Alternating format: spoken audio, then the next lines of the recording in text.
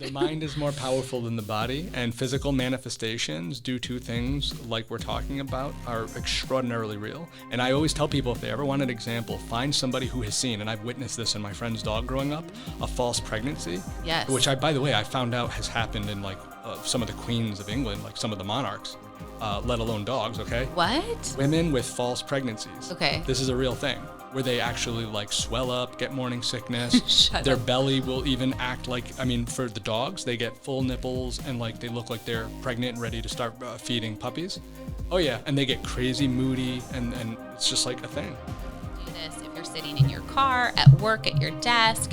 If you are at home, you just had a really frustrating fight with someone or words, just go do a minute of integrative breath work. It will literally revitalize you. Everybody, welcome back. This is Dr. Pearlman, and if you are listening to this, you are tuned into the Dr. Pearlman podcast. And today is episode 12, and I have the pleasure of being joined by a wonderful, wonderful woman, teacher, food expert, nutrition expert, and now deep breathing enthusiast who I have personally witnessed and can attest to the effectiveness of her techniques in deep breathing. I was super excited for this podcast. We go over everything related to anti-inflammatory nutrition, autoimmune nutrition, the reason why certain long-term keto diets may not work, scientifically what's happening in the liver, how it affects the kidneys, autoimmune reactions such as skin conditions when it comes to pro-inflammatory foods and triggers, how to properly do an elimination diet or detox. And then finally, we're going to talk about deep breathing. I have been very excited to do this. I can't wait to share all the elements of my report card, if you will. So without further ado, this is myself and holistic dietitian, Catherine Tiseo. If you are listening to this, that means you are listening to the Dr. Pearlman podcast. And I just want to say thank you. No matter where you are, no matter what you're doing, I hope that this podcast provides you with some education, information, or maybe some inspiration in some way, shape, or form. But at the very least, if you get a little bit of a laugh or smile, then to be honest, I feel good about what I'm doing.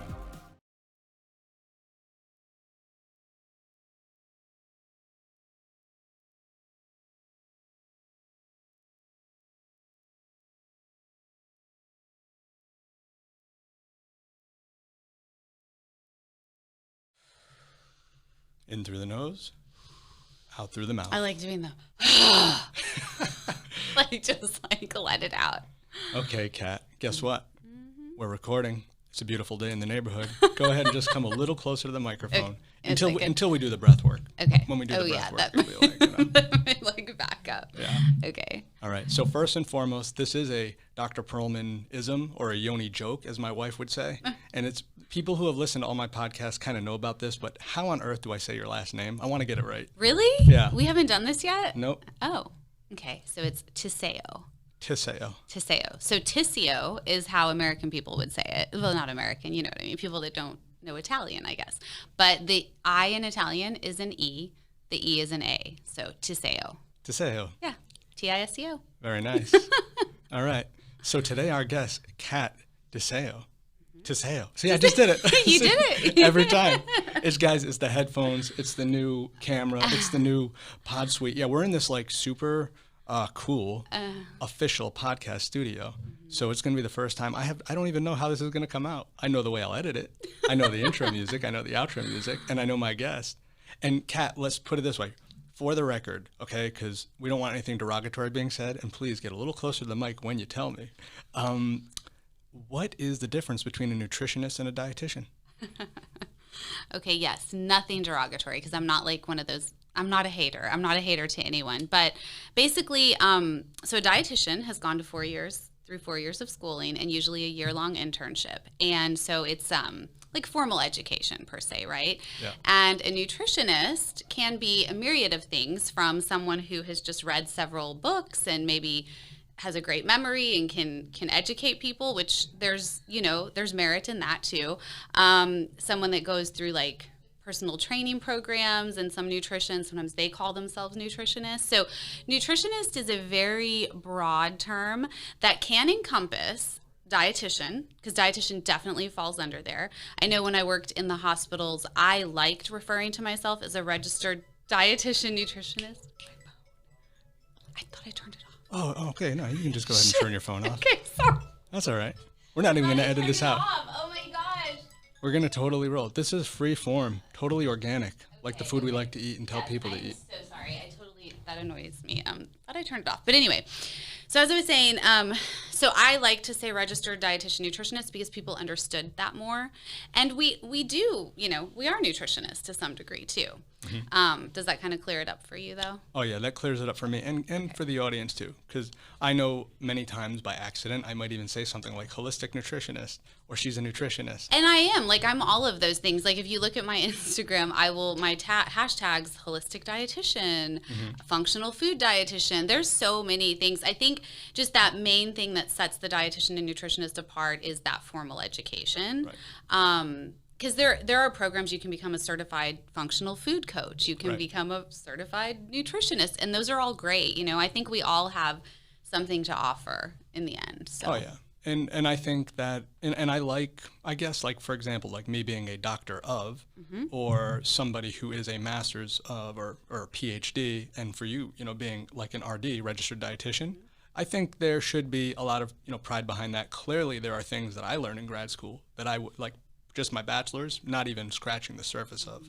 So there's a lot of, like you said, merit and credibility behind that for sure. There is. That being said, going through the formal program, I've said this to all of my colleagues throughout the years, the dietetics program, I think it needs a little bit of a facelift. It's a little bit outdated. So I do feel and hope that in the future, the ADA really gets behind that, sort of adopting some of these newer, research is research, and we've come to find food differently than we did in the 50s and 60s. So that program's still a little kind of behind the times. Yes. and speaking of which, you told me some stuff when we first met, which, you know what? Let's start there. We have a mutual patient. And when you started working with him, not only was he losing weight and speaking highly of you, and then I was, palpating his spine, right? Feeling around what us chiropractors do. And I was like, oh my God, the pliability, your tissue, it's so soft. Everything has changed in your spine, dude. And he's like, oh, really? Yeah. I guess I do feel a little bit better. I'm like, this is his bones, don't even crack in terms of as much, because there's not as much pressure built in. He is not inflamed. And I was like, what is the name of this person? And then they mentioned that you had a relationship, or you had been to, you told me, the Standard Process Farm. So why don't we start there? A little bit about what got you doing what you do now. How come you're changing my patients' spines through nutrition, and go from there. Okay. So from the beginning, it's a long one. So went to school, did my traditional training, moved to Manhattan, did Cornell and Columbia University Hospital training there for my internship, which was amazing. That sounds fancy. It was very fancy. I was very scared for an entire year. I had severe anxiety the whole year because it was so scary. Worked with Dr. Oz, actually. He was on the cardiac unit that I worked on. So used to say hi to him back in the day. This is before he was famous, Dr. Oz. Yeah. But anyway, long story short, ended up going into, doing clinical rehab work in Staten Island after that. Moved back to Dallas and was the regional dietitian for Whole Foods.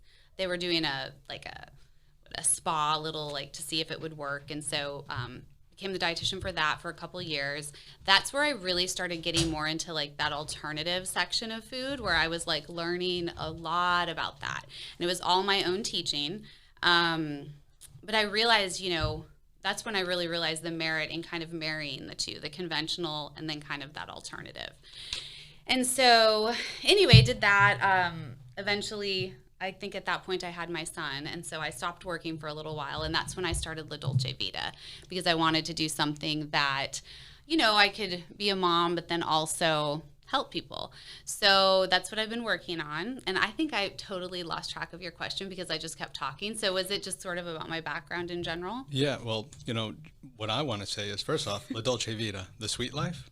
The good life? Yes, in Italian, the sweet life. Yeah, that's what I'm naming that. By the way, the title of this podcast is La Dolce Vita. Oh, that's so cool. Yeah. Do you know there's a tequila named La Dolce Vita? No, I didn't know that. So they spell it differently because it's the Spanish version versus the Italian. But like, I'd love to do collaboration with them if they're out there. Okay. And they hear this. Tequila La Dolce Vita. If you so much as, I'm going to hashtag it and hope you find us here. You want to send me to maybe like Turks and Caicos or something? I'll go there with the tequila. deep breathing techniques. Yes. With Oh tequila. my God, on the beach, and then drink like tequila afterwards. Absolutely. Yes. And then get enough avocados and bananas for electrolytes. Yes, exactly. But so like, here's the thing. I guess what we should do is get right into, right? Because I asked about this guy's spine. Like honestly, like, don't get me wrong. He has what we would call in my profession, like a hyperkyphosis. Mm-hmm. He has some arthritis, some ligamentous calcifications that therefore make his spine much more rigid in general. I don't thrust on him like a lot of the stuff that you guys see on YouTube. All my people that watch YouTube and Instagram and see all these cracking, he's not a candidate for those kinds of adjustments. But the range of motion in terms of restoring biomechanics was restored, I would say, like 70, 80% of what I would have thought possible after your, if I would, detox, maybe? Yeah, so I was going to ask you. So I know we talked about this briefly one time, but so has he maintained that? How does his spine feel now, like 3 months out, 4 months out from the purification? Yeah, definitely maintained it. Okay, good. Without question. Because that's really the big thing, right? We can do anything for X amount of time and get good results, so to speak, but it's that maintenance part. So for him, I had been working with him for a while because he has a condition where he basically holds on to iron in his body. So his body doesn't get rid of iron. So he builds and builds and builds. So he has to go every few months and get blood taken out. And so originally I had put together this like kind of really low iron diet for him while also giving him the nutrients he needs because he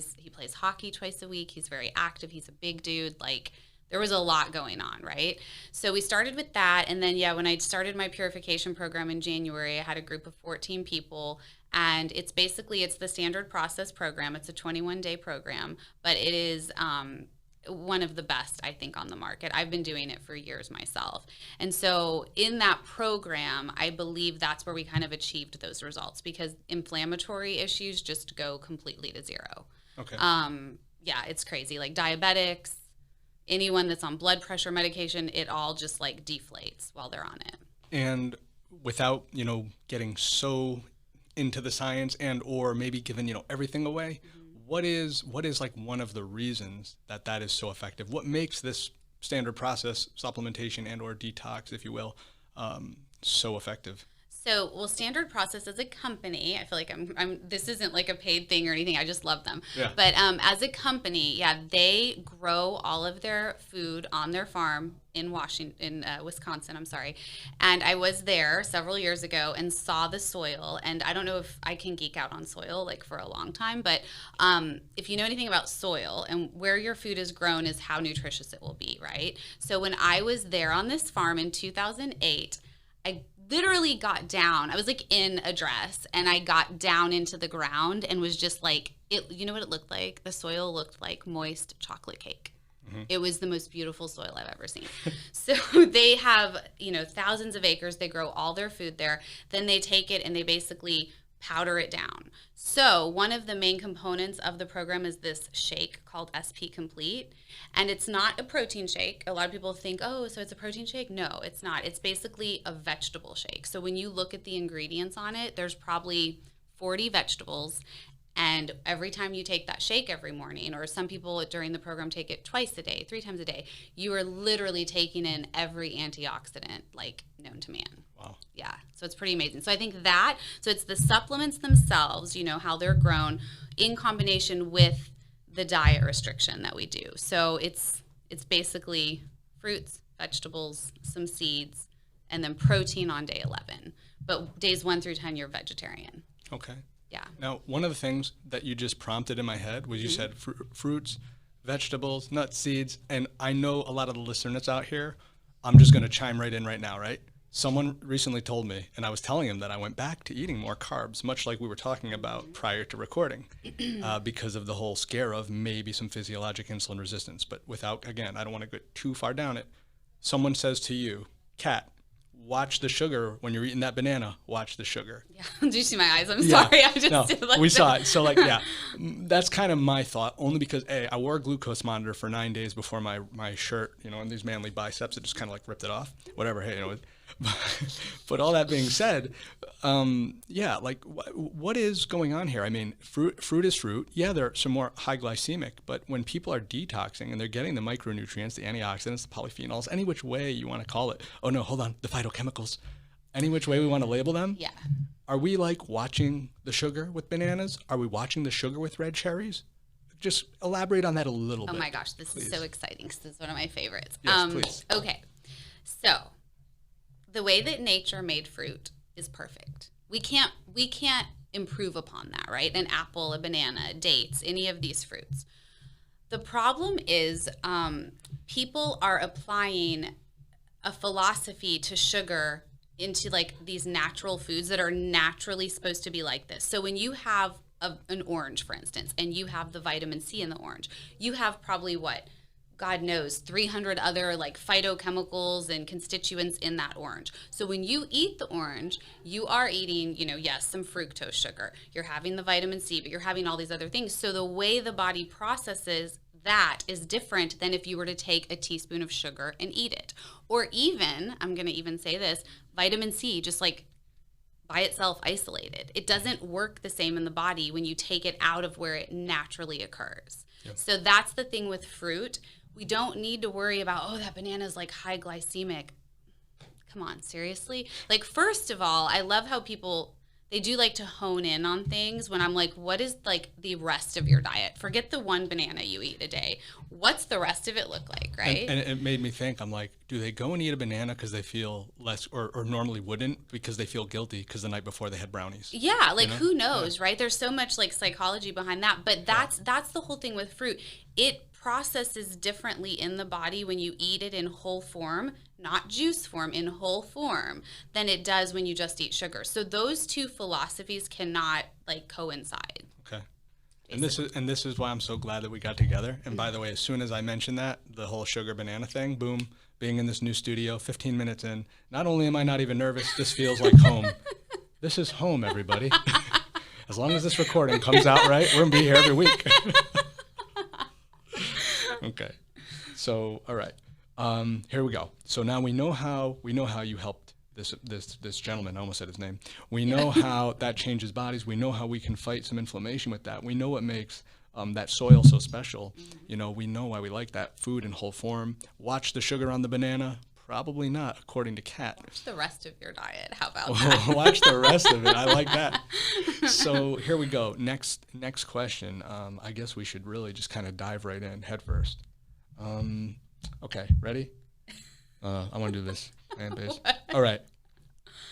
Understanding elimination diets. How about that? Is that okay? Okay. All right. Okay. What about it? Like just general umbrella of elimination? Well, I have been guilty of recommending to some patients that, maybe an elimination diet of sorts would look like having broth, like, vegetable broth or beef broth, or making their own broth with, seasoned vegetables, having some egg or egg yolks in it, and just kind of like weaning off all their food and seeing if they can do that for a couple of days before going on to and these are only people that want my keto manual. Okay, I was going to say, because what's their, so when you recommend that to somebody, like what's the end goal? What are they trying to get to? So every single person that's come to me with that in mind wanted to lose weight. Okay. And others more recently, and which by the way, the others more recently, they're all getting, and I'm not saying this because we're here, but it's one of the reasons my last two podcasts, including today, are with registered dietitians. Okay. And that nutritionist from my episode 10 is that I don't want to go down that road anymore. One, I quite simply don't have time. Two, I am not the authority. You guys are. Like, how to do this. And I mean, yes and no. Here, you have to give yourself credit because I feel like you know what you know for yourself too, right? I'm a big believer in like, I can have all this education, all this knowledge, but really only you know how you feel when you do certain things and eat certain things, right? So, but you know, it's funny you bring that up. Yeah. It's like, yeah, I may, and I'm, know my body. I use those quotation fingers, and a lot of people are like that. But there's a subset of people. I mean, they just don't know what's flying. We gotta like hold their hand. Yes, because they've never listened to themselves, right? So that's a whole other thing that we can get super weird on. But yes, because people are so numb to when they eat something, how it feels. Yeah. So yes, you're right. But if you can kind of like hone in, this is someone that's really in tune with their body. They kind of know, I mean, I kind of like to give people that autonomy to be like, try this and then kind of see how it feels. It's a trial and error a lot, Okay, so try this, see how it feels. How does that tie into like a cat elimination diet? So let's say like for me, I tell everybody to like have broth, and there's actually a chia seed pudding that I make without getting into detail. It's on my Instagram and YouTube. Yeah. And like, I'm like, if you want something cold, eat this. Yeah. If you want something hot, eat that. Yeah. But I mean, forget like how accurate I may be, but I want to know from your end, what does that look like to actually have someone go on an elimination diet so they can start to bring things back in? Okay, so that's where the purification program kind of starts. And that's why it is actually a really good starting place for a lot of people, because when you eliminate all of these possibly offensive foods, like eggs aren't on there, of course, dairy is not on there, sugar, no processed foods, no nuts except for like chia, pumpkin seeds, things like that. So when you eliminate all of that, then you start to realize, like, as you're going through the 21 days, wow, I don't have knee pain. I've had knee pain for 20 years. Wow, okay. Oh, and of course, I didn't mention, of course, gluten is excluded on there too, but that's a given, right? So they realize, like, oh my gosh. So that's why that elimination is it can be beneficial to kind of, it's almost like, I feel like a starting point, like a baseline. Mm-hmm. Like we take away everything. So you have the right idea when you were doing like the bone broth thing with someone, you have the right idea of baselining it, because then once you add those things in strategically one at a time and they go, oh, my symptoms came back, my knees hurt, or I'm congested again, or I have stomach pain, we can hone in. Anyone that even goes, like when I worked in the hospitals, to a GI doctor, like GI doctors don't ask them to keep food journals. I'm like, I would always be in like the clinic like, okay, so we're not keeping a food journal? I mean, these people are coming in with severe GI pain, like keep a food journal. Let's try to, it's detective work. I tell my clients, when you eat this, even during the purification, if you eat something and you're having a reaction, write that reaction down next to like, I ate lunch and then this happened. I went to the bathroom right away, or I had stomach cramps, because it's literally detective work. Yep. Okay. Yeah. Does that make sense? Yeah, no, it totally makes sense. And one of the things that it just popped in my head was too, I don't know, like you talked about how they go to the GI doctor and they don't have them keep a diary. And of course, that's like crazy talk. Like, it's for like, me, that's like 101. Yeah. Like, yeah. like, yeah, like what are you eating leading up to, prior to? Like, if you don't know, why don't you start? You can keep having these symptoms, until we, make recommendations. Or I'll just give you medicine. Okay, yeah, I was gonna say.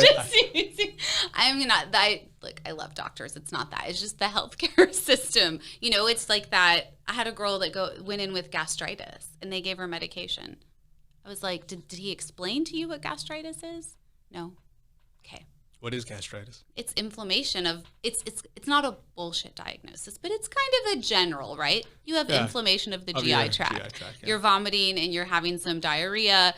You have gastritis. Mm-hmm. I mean, are we satisfied with that? Because I don't think anyone should be. No. So first thing that should have been done is, okay, you need to go home and start keeping a journal of your diet and how you feel. And then let's refer you to a dietitian to go look over that journal. Like, that doesn't happen. He gave her medicine. He gave her a pharmaceutical. Are you a fan of aloe vera and L-glutamine? Along with maybe some quercetin in those situations as well? Yeah, I mean, it can be. I don't think it's a one-size-fits-all, right? Like, that could. I still think she's actually doing the purification program with me right now, this girl that I'm talking about. So I think that's going to give a bigger indication of what was going on with her than even, not that the supplements, because supplements are so necessary for nourishing and supporting different systems in the body. But when we just like don't know what's going on, I mean, yeah, there was inflammation. So the quercetin's definitely going to help. Maybe the L-glutamine if there's gut, permeability, things like that. But we still need to figure out what's going on. Like we can't just take those our whole life, right? So that journal is like, boom. It's like, that's the one that set it off. It's very important. Right. And you know what? And we can segue right from this to kind of talk a little, right? So that's like elimination diet. And then what about people who may have, and I'm not going to say autoimmune diseases, but autoimmune reactions versus people that just want to be on an anti-inflammatory diet? Like people that have true autoimmune, like they've been diagnosed with something. Right. Like, put it this way. Let's just assume that they've been diagnosed with ankylosing spondylitis or like rheumatoid arthritis, maybe lupus, and we throw those three in there. I know there's like the no starch diet that seems to work well. I mean, that was back since 1953 when it comes to the AS and killing a particular kind of bacteria, starve it out in theory, and that was kind of the idea behind it. I'm going to say it wrong. How do you say it? Klebella? Klebella? Is it a Klebella strain? I don't know. I think so. K-L-E-I-B-E-L-L-A. I can like see it, I feel like, but I don't know if I'm saying it correctly. It's funny too, is like I knew I wrote it down. Now I just want to find it. Okay, so that's like a really good question because I get a lot of people that want anti-inflammatory diets. This is what I tell people on that. Literally, an anti-inflammatory diet is a whole foods diet. That's all it is. So I don't treat like someone that comes to me with autoimmune and someone that comes to me that wants to lose weight and doesn't have any medical issues really, or maybe has cholesterol issues. It's the same. The foods I'm recommending are the same, okay, as far as the umbrella. Now, how I put their menus together will look different, but it's a real food diet. Anti-inflammatory diet it's the diet that everyone ate in, back in the day. It's just like now it's like this special thing, but it's really not. Right.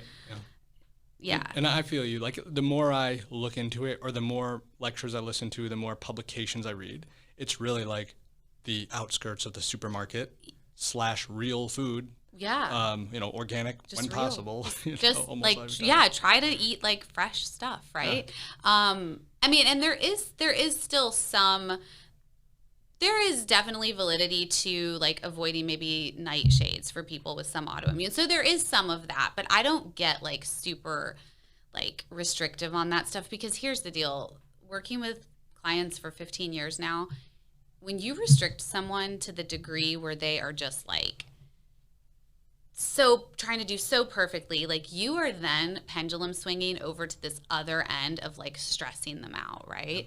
And that, as we know, builds your cortisol levels and all of that. And so you're doing that for the sake of this, and it's like, I don't know, which is actually better. Yeah, so. I used to tell people when I was like knee deep into keto, like when I had lost all the weight initially, and I felt like it was like a changed person, best I felt in all my life. I used to say, don't be scared of carbs, but I was scared of carbs. This is crazy. Like I was becoming so metabolically unflexible, and it, punched me right in the face. The first time I tried to kind of, I don't want to say party, but like, what happened? Can you tell me? Yeah, I mean, I went to what is this? Where do they have the wine vineyards in Texas? Wherever that is, I can't think of it right now. Fredericksburg or Hill Country? Yes, yeah. Fredericksburg. And we went over there with some friends. We rented a house. It was just like 6 of us hanging out, barbecuing every night, whatever. I mean, I had like half a mimosa. And I was like, not only am I intoxicated, might be a little dehydrated. They're like, here, have a little Gatorade. I was like, ooh, the sugar. And then like, let me eat something with that. And like, if it wasn't like, a lean piece of meat a fatty piece of meat. Right. I mean, I was like face down on the grass, like just like sugar spikes. And that's part of the reason it kind of took me back towards the blood work, which we'll get into. It was just that like complete, I don't know, what's the right volatility almost. I can't, if that's the right word to use. I mean, if I had like a half of a cupcake, God forbid, I mean, it was like blood sugar spikes, like down, like, falling asleep. Yeah. Felt like I was like 600 pounds in the gut. Yeah. Yeah. See, and that's the thing, like, and how much of that was physiological, of course, but then how much of it was your mental process, just knowing, oh my God, I'm eating this and it's bad for me and I shouldn't be doing this. That is so much of my work with my clients, is reframing their terminology to food, to their body, to I don't let them say I'm having a cheat day. There is no cheat day. I know that's like a big thing in like bodybuilding and stuff. Like, I have a cheat day. Like, no, we don't have cheat days, because that like makes it naughty, right? Do you even have treat days? We have days. We have meals. Let me put it like this. So you know the 80-20 rule kind of diet? Mm-hmm. So we talk about what their 20 is. For some people, it's poker night on Fridays with their buddies, and they're going to have pizza and popcorn and beer. That's their 20. You know, for some people, it's going to ice cream with their kids and then maybe having another meal during the week. So we talk about what their 20 is, and then they just kind of put that into their plan.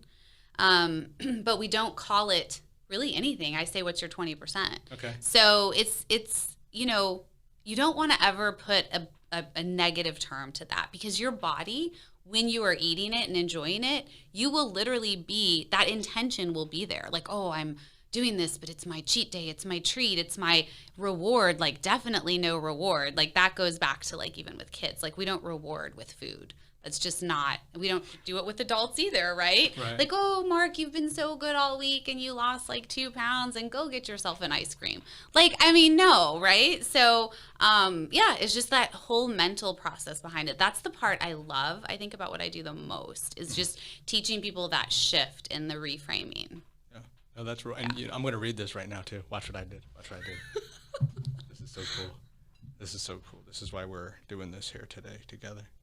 This is somebody said, this was a tremendous program, and Catherine inspired me, educated me, which, by the way, we say that we inspire, educate, and empower our patients, and facilitated. So Catherine inspired, educated, and facilitated. I lost weight, experienced healthy eating, became mindful of how food impacts my mood, and unlearned harmful cycles of eating foods that actually caused me pain and didn't realize it.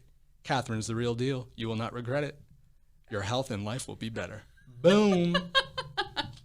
Thank you. Yeah. That's embarrassing, but thank you. No, it's testimonial. I'm like, you.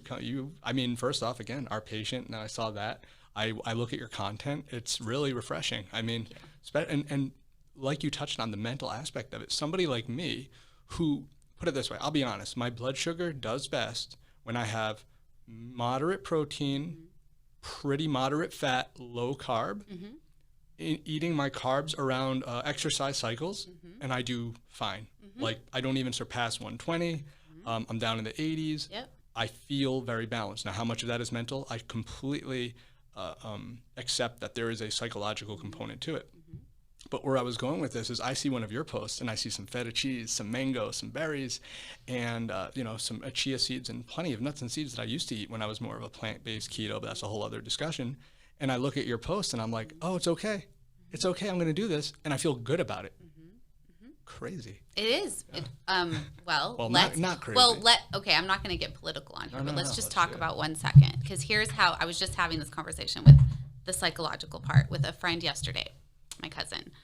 The CDC has been pushing masks, social distancing for how long now? Okay. A long time. I hope we don't get banned by me saying any of this, because I don't know. No, we're just going to say what the CDC all of a recommends. sudden, CDC comes out, a few days ago with, if you've been vaccinated, you no longer need to wear masks. Okay. Literally, my cousin was telling me she goes into stores. By the way, she's not been vaccinated, but she goes into stores without her mask now. Nobody questions it. Nobody gets mad at her. Nobody asks her to put on her mask. Where she used to go to the same stores and try to go in without a mask just to kind of see what happens. And it was like World War III, like people like telling her she needs to put a mask on or she has to leave. How did we go from one day of that to the next day of this? This is what I'm saying about, like, psychologically. People were then told, oh, the CD says we don't need to wear them now because da-da-da-da. And now everyone just lets it go. Like, okay, no big deal. They're not wearing a mask. They've probably been vaccinated. Not going to bother them. Like, the power of our thought and that psychological aspect in every aspect of life is so big. So what you just said about, like, oh, you'll look at my content and be like, oh, she says it's okay. Yep. So do you see that? Like, it's so... I mean, it's very impactful, and people do not realize what they're putting out there, and seriously how impactful it is. I mean, it's crazy. So, you know, it's super duper like trendy and Instagram worthy to be vegan, you know? Yeah. Everywhere vegan, vegan, vegan. Is anyone stopping to like think about, I mean, is it the healthiest? And if you're vegan, like I have nothing against vegans. If that's where they feel like they want to go, I have friends that are vegan because they don't want to kill animals. It's just they love animals and they don't feel that they're for food, and that's fine. Like that's where their heart is, their intention is there. That's okay. Mm-hmm. But is it for everybody? I mean, I have people come to me and say, I just want to be vegan. And I'm like, but why? Like, why? I don't know. I just see it on Instagram. The recipes look good. Great. Let's rotate in some vegan recipes, but we don't need to go completely vegan. Right. Right? And it's a lot about who you feel you identify with based on how they're not necessarily promoting, but they are. Their image, and whoever can like, I don't know, come across as the cultural authority, whether it's the CDC or, I don't know, we'll just use a name. Like, for example, Joe Rogan is not the CDC, yeah. but he's got a lot of pull. He's got a following, you know, yes, yeah. And that is how you get like these masses of people to kind of adopt these things culturally so fast and so how should we say, staunchly supporting or against something. I mean, people want to follow. Yeah. I mean, how did Hitler get to where he got to? I mean, it sounds crazy, right? But think about that. I always thought it was a stylish mustache. I mean, no, it's so, like, that's a whole nother, I love to go down that hole, too, of just the psychology of people. But, yeah I mean, diet and that part is so closely related, and that's why I feel like people need to be so careful on what they're telling somebody, you know, if you are a professional, because those people, like, people take it to heart. And doctors, I mean, doctors can tell a person, oh, you have diabetes, don't worry about it, just take this metformin, you'll be fine, keep eating. I heard that my entire career in the hospital.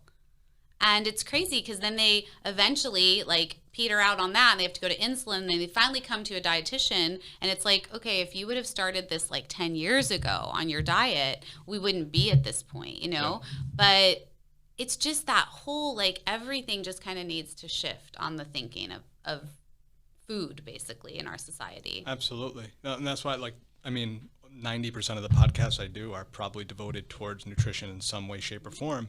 And, you know, I really hope, I always tell people, the least invasive and least expensive, whether we take your insurance or not, everybody, least invasive, least expensive is always going to be the holistic dietitian, or that nutritionist that comes highly recommended that the people can't stop talking about, your chiropractor that's going to approach things from, you know, the outside in, if you will, first. Please forgive me, any philosophical chiropractors. That's how you got to kind of start this. Keep a food journal.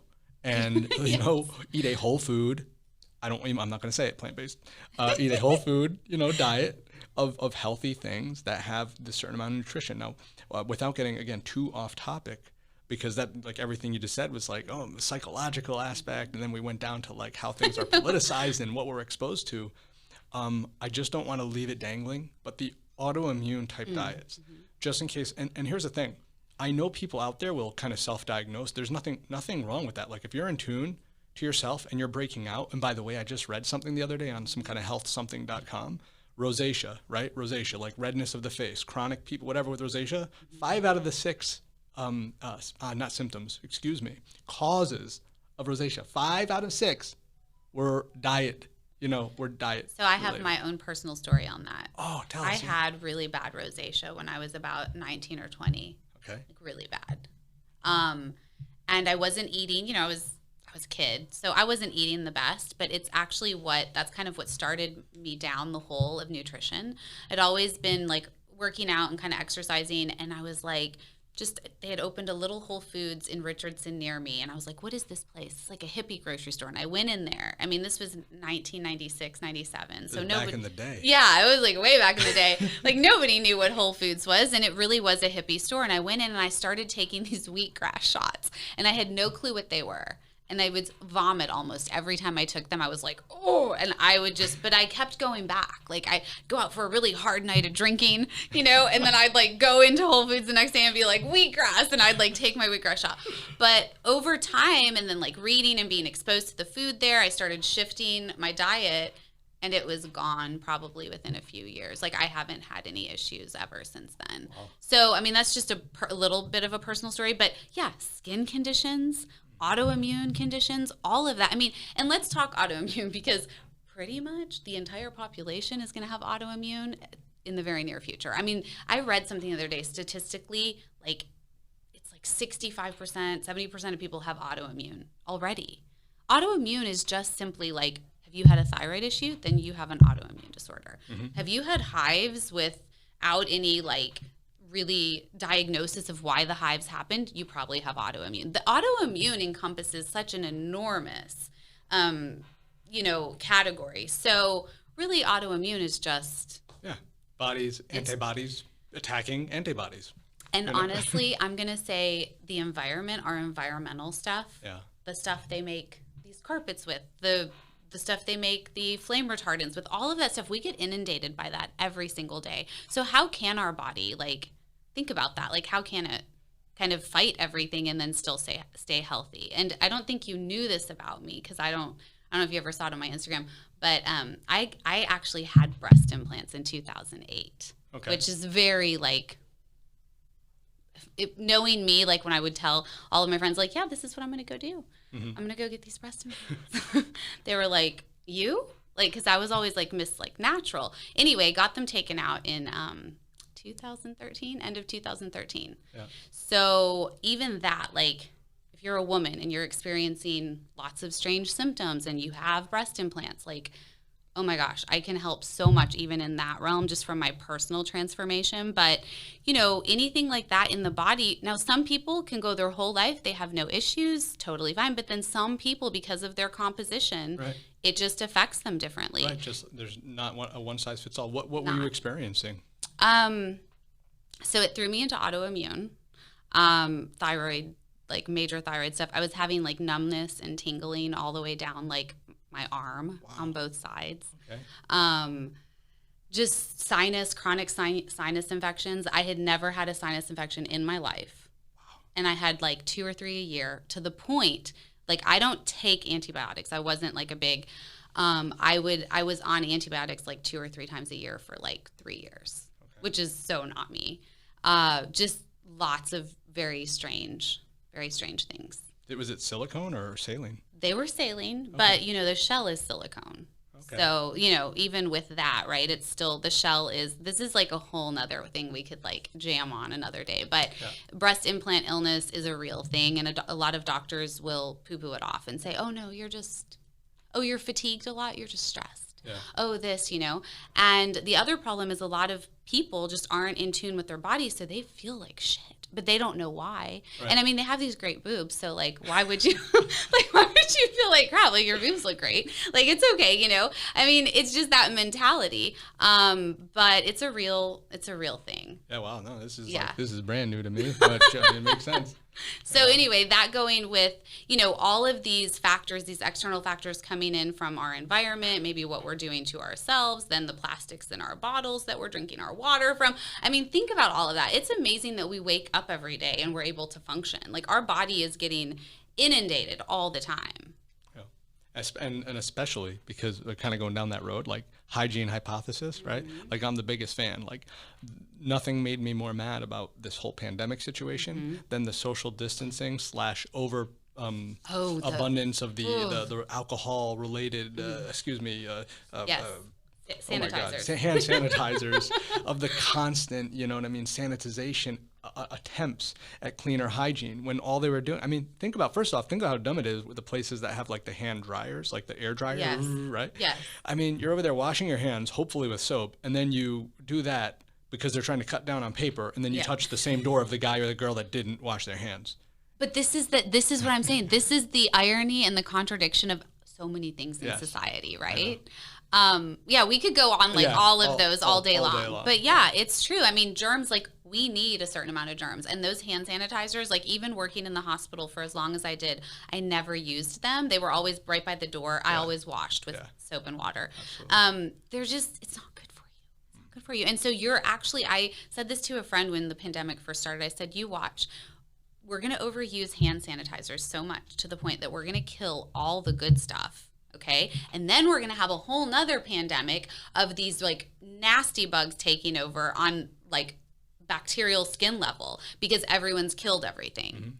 I mean, I hope that doesn't happen, but that was sort of my like thought on it. So, yeah. Well, I mean, I'm still waiting for, and I haven't seen it. And truth is, I've been reading less articles and watching or scrolling through Facebook like 95% less than I was, in the first 6 months of the pandemic because I get too emotional about it.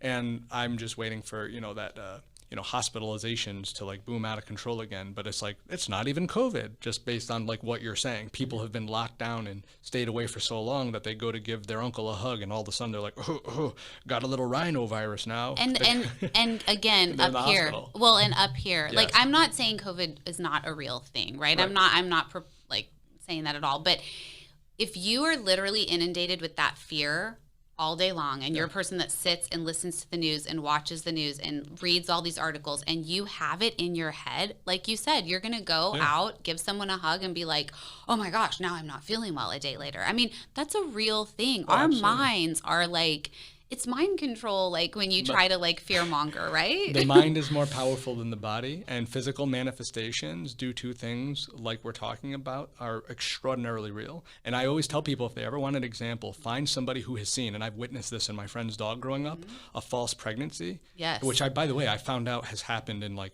some of the queens of England, like some of the monarchs, let alone dogs, okay? What? Women with false pregnancies. Okay. This is a real thing, where they actually like swell up, get morning sickness. Their belly will even act like, I mean, for the dogs, they get full nipples and like they look like they're pregnant and ready to start feeding puppies.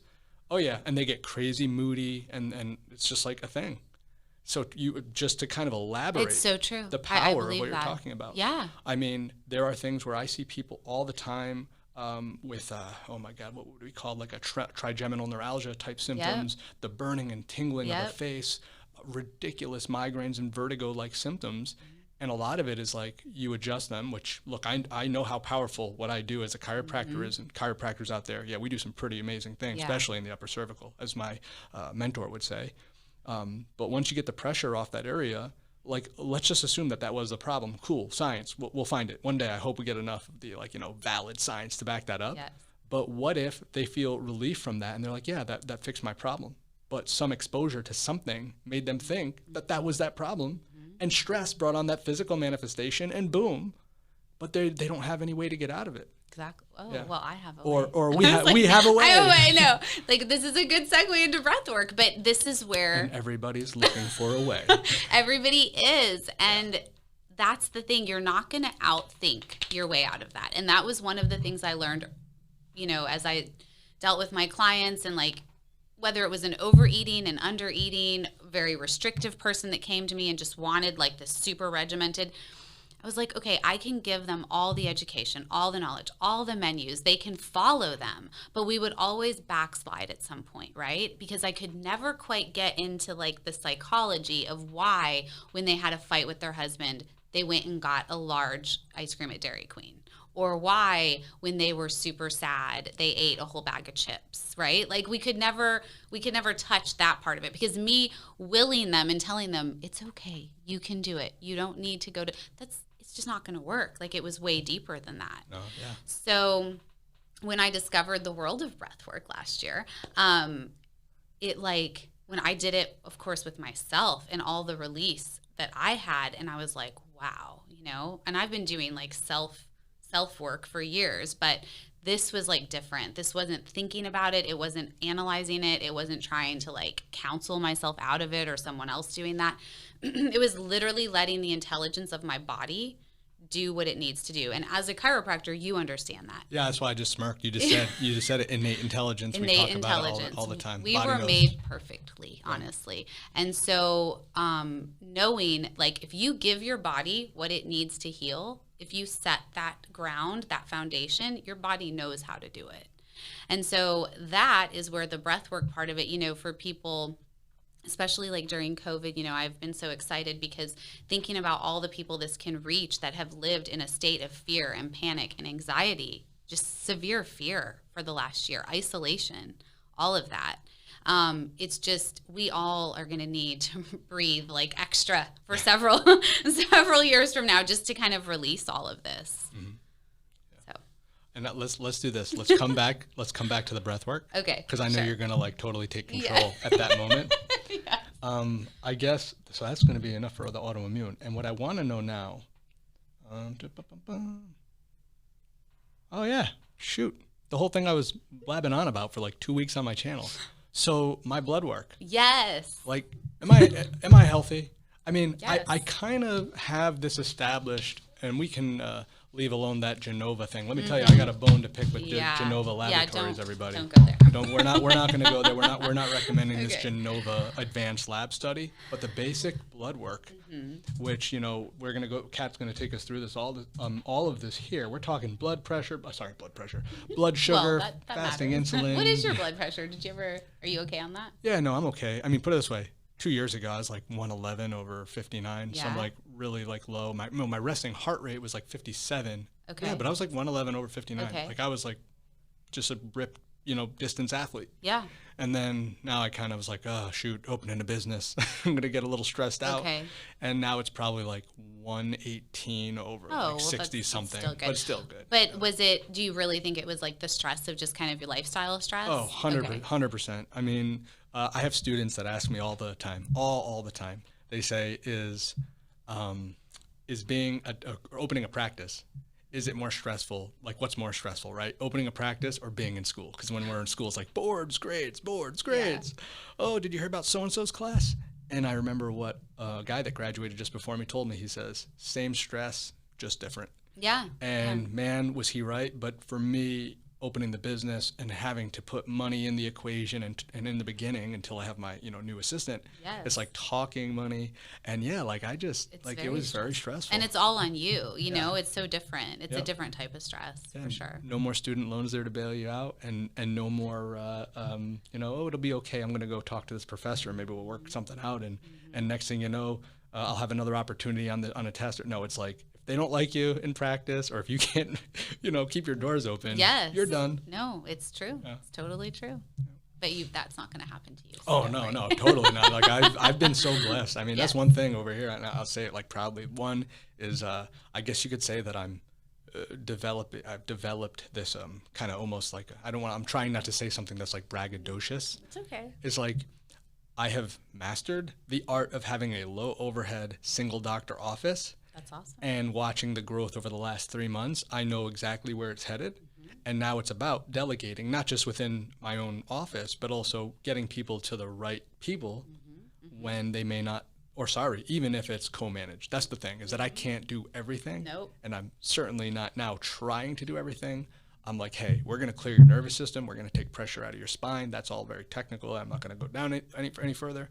But when it comes to anti-inflammatory reasons related to diet, it was like we get them to you. We get them to Russ Powell. We get them to people that know about supplements like Mark Preisman. Yep. And I can go on and on and on. Yeah. That's perfect. Yeah. I mean, that's how anyone is successful, right? That owns a business. Or it's like that management of your resources. That's really it. Yeah. So that's perfect. All right. Okay, so let me talk about your blood work. Okay, so, well, first of all, yes. Do you want to say, like, you had elevated Well, glucose? yeah, so for those of you who haven't followed or then just are on this podcast, the really short of it is I have been 2 years and some change from the beginning. So like the very end of 2018. Oh, wow.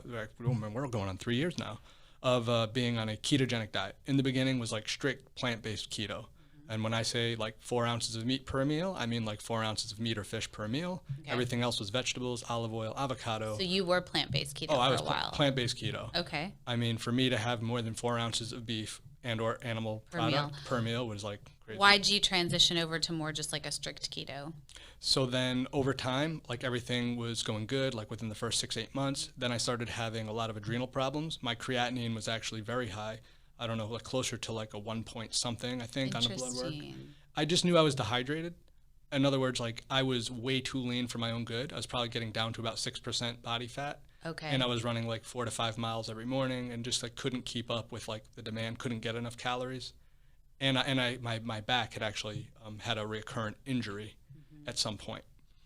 Then I went back to just kind of being bedridden / eating kind of whatever I wanted because I felt sorry for myself. Then chiropractors got me back in the game. Then I was right around when I opened my practice. And then I was probably about 10% body fat, but eating like a balanced diet.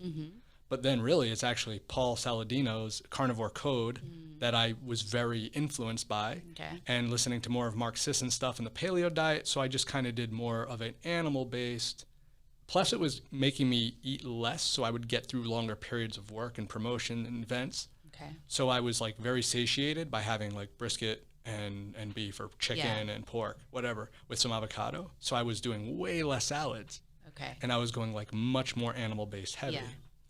Thus leading me to, you know, about, I don't know, so many months ago, January, February, I got pretty sick, tested negative for COVID, still closed my clinic for like 4 or 5 days, whatever it was, started to feel a little bit better. And, but I just haven't been the same since. Really with like the chronic, I would just call it fatigue, like just way too fatigued compared to what I usually want to feel like. And so maybe you said this, but did you get, so back in 18 when you're doing plant-based keto, did you get blood work done then? And where were your numbers in comparison to now? Do you remember? What's so funny is I'm almost embarrassed to say that I found that sheet yesterday in my office and I just kind of looked at it and all it did was say to me like, yeah, creatinine. Like, and so that was the main high one, but how was your glucose? That's the thing. I have to go and find it. That'll be interesting to compare because we always like to do that, right? Like if I always tell clients if they have comparisons from like when they felt good or when they felt really crappy to now on blood work. Because obviously it's elevated now, which on your blood work, I don't know how detailed you want me to get on like saying numbers or whatever. No, that's fine. You can say all my numbers. So it's a little elevated. His fasting glucose was 98, right? Our cutoff is typically 99. I mean, you can go a little above that and I think it's still okay. But considering you're on a strict keto diet, it's a very interesting phenomenon because probably wouldn't have expected that necessarily. Though at least within the last like year, let's say, it's been periods of strict keto-ish, but much more Atkins-y. And certainly, admittingly, plenty of cheat days. Cheat days. So, but not in the beginning. So tell me like cheat days. Your sugary sweet, like how many times a week? How many meals a week? Like, let's just say between 3 and 4 days of the week, especially since I've opened the practice. Definitely having like, you know, a piece of, what do you call it? I don't know, something like a cheesecake. Or like an ice cream sandwich once in a while. Like that's my bag. Like ice cream from, oh my God, that beautiful gelato place over there in Lower Greenville. Chuco? Or no, I know the one you're talking about. Okay. So 3 to 4 days a week. 3 to 4 days a week, I'm definitely indulging in sweets. Okay. So yeah, like your A1C was 5.8. So A1C is a good indicator of your blood sugar control in a 3-month period. So it's a 90-day snapshot. So that's telling us in the last 90 days. I mean, 5.8 is pretty significant to be a little bit higher, right, than we'd like to see it. And then your insulin sensitivity, which is another really good indicator that I always recommend people get, that is actually, that's on a good note. That is normal. Yours was 8. The range is 2 to 21. So that's good. That means your sensitivity, the cell sensitivity of the insulin is still there. Okay. So I do think knowing that this is definitely more dietary, right? It's not like your pancreas is giving out or anything like that, because I think that insulin sensitivity would really have been more of an indicator of that. So as I was telling Dr. Pearlman before, I was like, so I'm curious, like, what if we tried, like he craves these sugars and these sweets because of stress, right? So my belief is he's not getting enough really wholesome, good carbohydrates coming from vegetables, coming from your starchy vegetables, like sweet potatoes with butter. You know, is that your phone? Is that mine? What's up with our phone? I know I turned mine off now, so. Oh, I'm so. I set an alarm for this to end in 2 hours. Oh. But my Yoni math had me for some reason set it for 1 hour. Oh, okay. That's okay. So it's good. It's all good. So, so if he actually, started incorporating more of those starchy veggies, regular veggies in, even, dare I say, maybe some quinoa every once in a while, things like that. I don't know how much fruit you eat, but even some fruits, right? Yeah. I personally think your craving for those sweets will go down, okay? And I do think that these numbers will probably drop a little bit. Because, as I was telling him, protein, we typically look at for adults a 0.8 gram per kilo to maybe a 1. So 0.8 grams to 1 grams per kilo. And I don't have a calculator, else I'd do yours with your, but is typically general, like good just for maintaining, right, for protein maintenance. Now, if you work out super hard and you're doing a lot of like muscle tearing down and then we have to rebuild, we could even go up like 1.2 to 1.5 grams, right? Mm-hmm. But when you're overindulging on protein, like I met a guy who said he ate 171 grams of protein a day on keto and 20 grams of carbs. And I was like, are you drinking water? No, I just drink when I'm thirsty. Okay. Your kidneys are literally dying like right now. Your kidneys like don't know what to do with themselves. But anyway, that's a whole nother thing.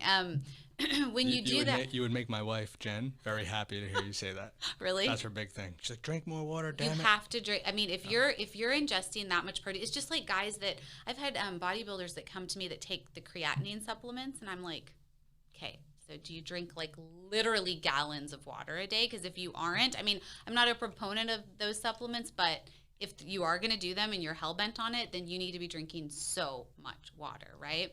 But when you take in too much protein, the body doesn't know what to do with it, can't utilize it, so it goes into stores. Those stores get utilized later, so we actually make, it's glucose that's made, ironically, from the stores of your protein, so it's gluconeogenesis. Yeah. So that's one of the things I've always like not understood in working in hospitals, diabetic diets. They're pushing all this protein, and I'm like, no, because it's still going to turn to sugar at some point if you're overdoing it.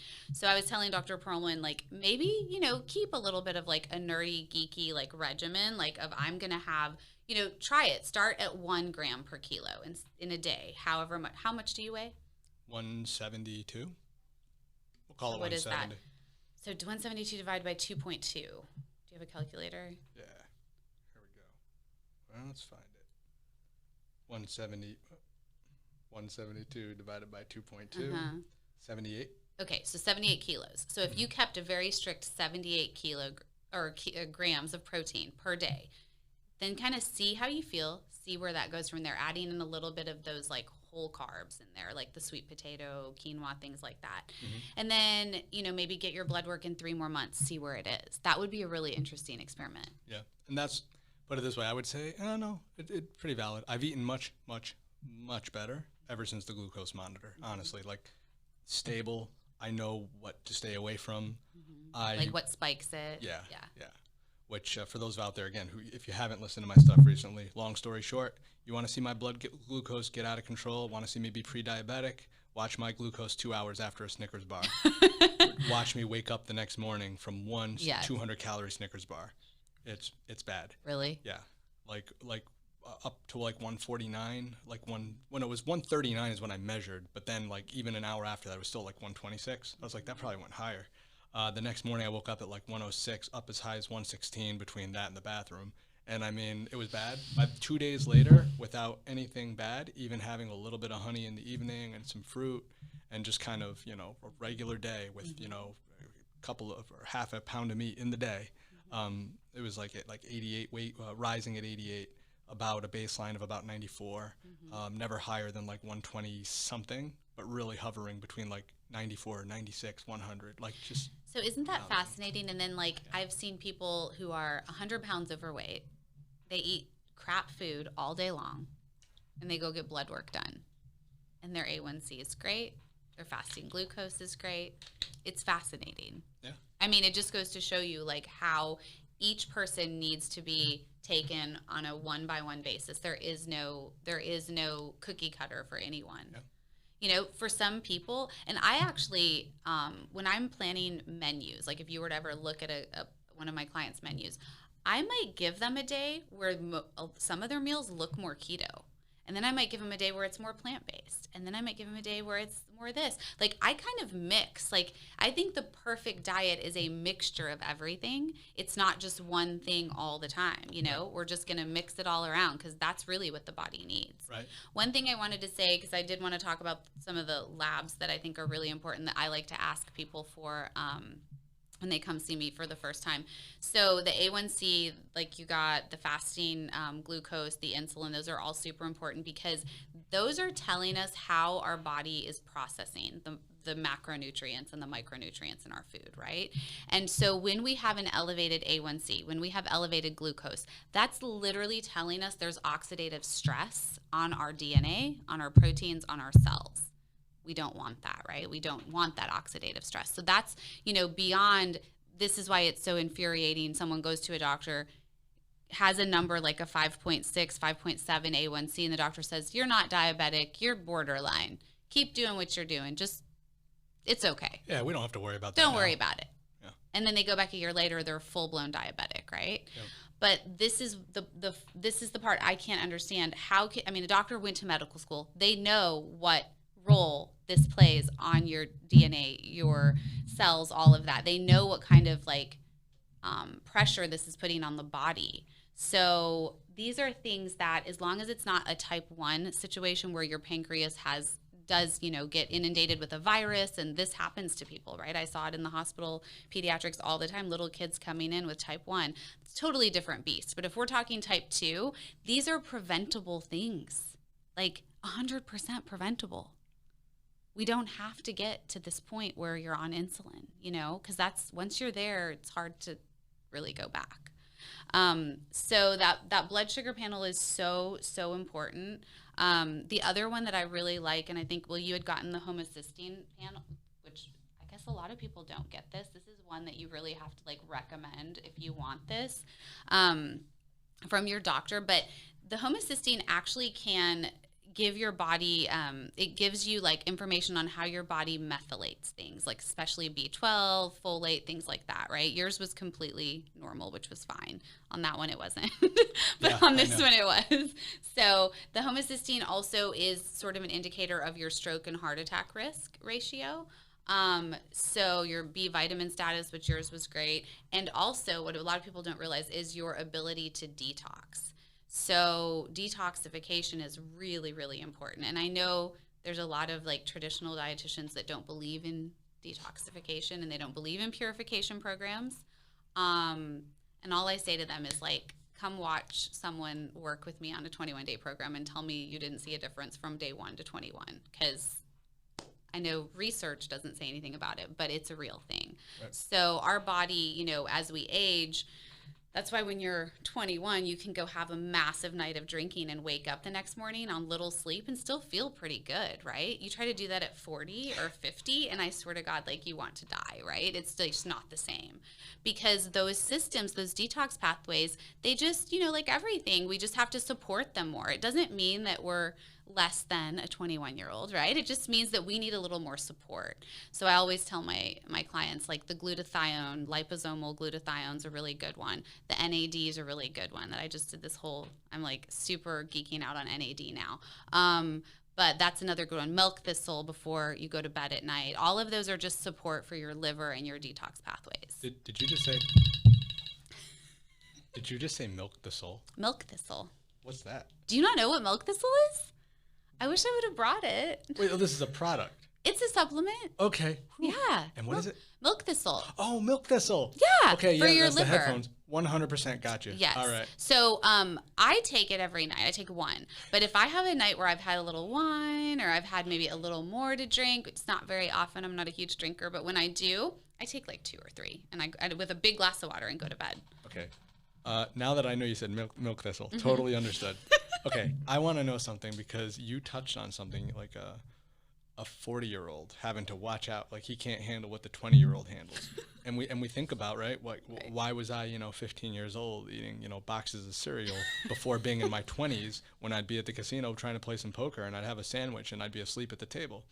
So I guess, Peter Attia, I heard one time, has this really brilliant, idea, I guess, theory or hypothesis that the way certain enzymes, in terms of like fat sensitive enzymes, are on like muscle tissue as opposed to like fat tissue later in life, like it somehow transitions. Because we think about the vascularization going to like cartilage and ligaments and tendons of children. Oh, right, but as we get right. older, like we can't, bend our knees anymore, or we're going to snap an ACL. We don't have that vascular. It doesn't have to be like that.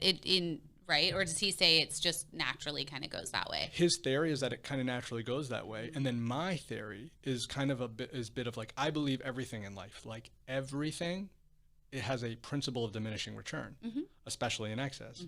That's why this whole idea of moderation, or not moderation, excuse me, a variety in terms of diets, like that of diet, the metabolic flexibility is so important, because eventually things wear out, if you will. And so say that we're like 20 and active and our parents are telling us to get away from the TV. Our parents are telling us to get away from the fridge, go out and play, especially like, our age range. No, I'm not assuming anything here.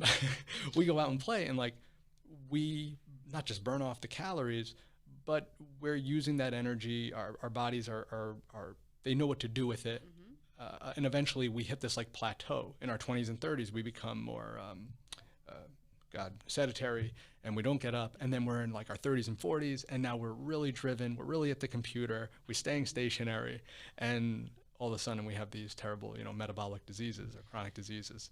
So I'm gonna kind of like challenge that a little bit, because I really am not. I'm not into like age dictates things. Right. I mean, I've watched videos. I worked with a woman when I was in my early 30s, and she was 70 something, and this woman could literally get down into the floor. She was like a tall woman too. She could get down onto the floor and up in 2 seconds, better than a 20-year-old girl. Right. And I'm sorry, like her age like had no bearing on that, right? It's like, so for me, yes, there is, of course, like I said, our body is going to degenerate to some degree. That's just, it's a machine, right? Just like any machine, at some point, it's going to give up. Like we can't live forever.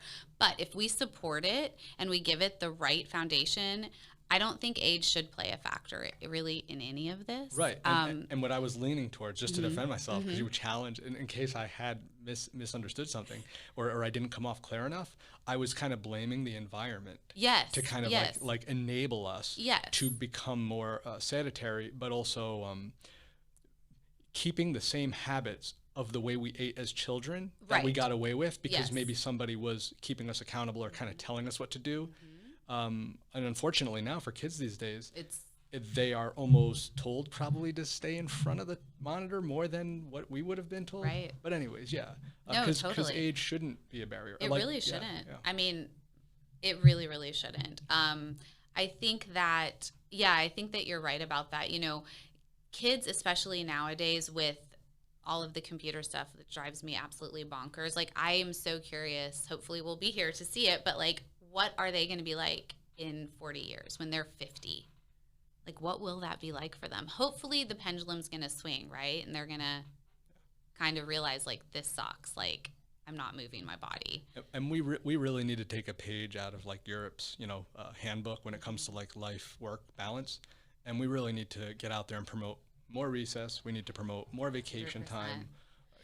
You know what, that's funny you said that. I think about this every morning now that I went out on my own 2 months ago and I resigned from the hospital, and I've been so happy every morning waking up just like doing this because it's my passion, and I feel so aligned with this work because I get to talk to people about everything that I truly feel ethically inside, right? I don't have to go talk to a family that the doctor wants a kid to get weight loss surgery and they're 13. Like, I don't have to do that anymore, right? But the thing is, I just lost my train of thought.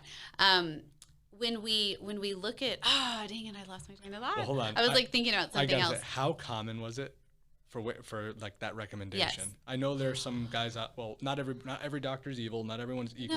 No. I mean, but how common was that? It's their training, we can't blame, like, it's the training and people aren't questioning it, right? Yeah.